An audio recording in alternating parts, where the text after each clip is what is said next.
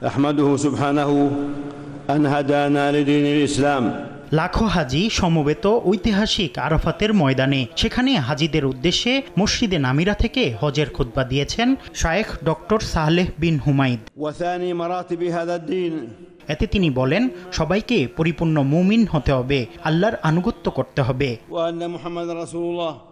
তিনি আরও বলেন, নবীজি বলেছেন, ইসলাম হলো আল্লাহ এক, এই বিষয়ে সাক্ষ্য দিতে হবে, নামাজ পড়বে, রোজা রাখবে, জাকাত দিবে, সক্ষম হলে হজ করবে, আল্লাহর জন্যই সব ইবাদত করতে হবে।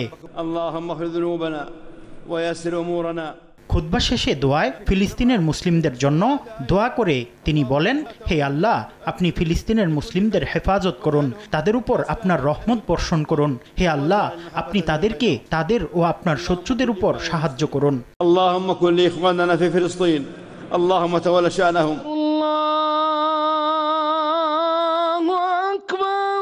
পরে এক আজানে জোহর ও আসরের নামাজ আদায় করেন হাজিরা। হাজিরা সূর্যাস্তের পর মুজদালিফার উদ্দেশ্যে রওনা হবে। সেখানে রাত কাটাবেন খোলা আকাশের নিচে, একসঙ্গে আদায় করবেন মাগরিব ও এশার নামাজ। ভোর হলে নিবেন জামারাতে যাওয়ার প্রস্তুতি। সেখানে গিয়ে তারা শয়তানকে পাথর মারবেন। মুফতি আব্দুল্লাহ তামিম, সময় সংবাদ।